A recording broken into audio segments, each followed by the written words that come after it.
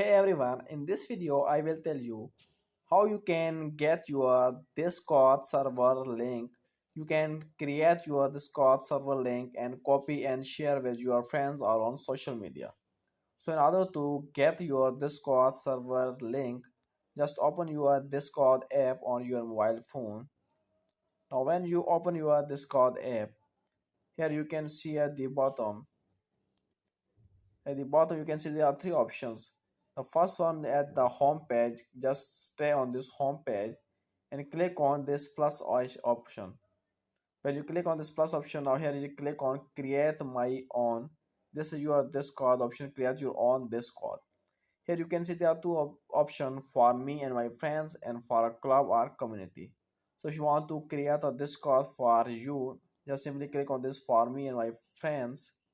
Now just simply give the name to your Discord. You can upload your profile pictures, and after this, just click on this create server.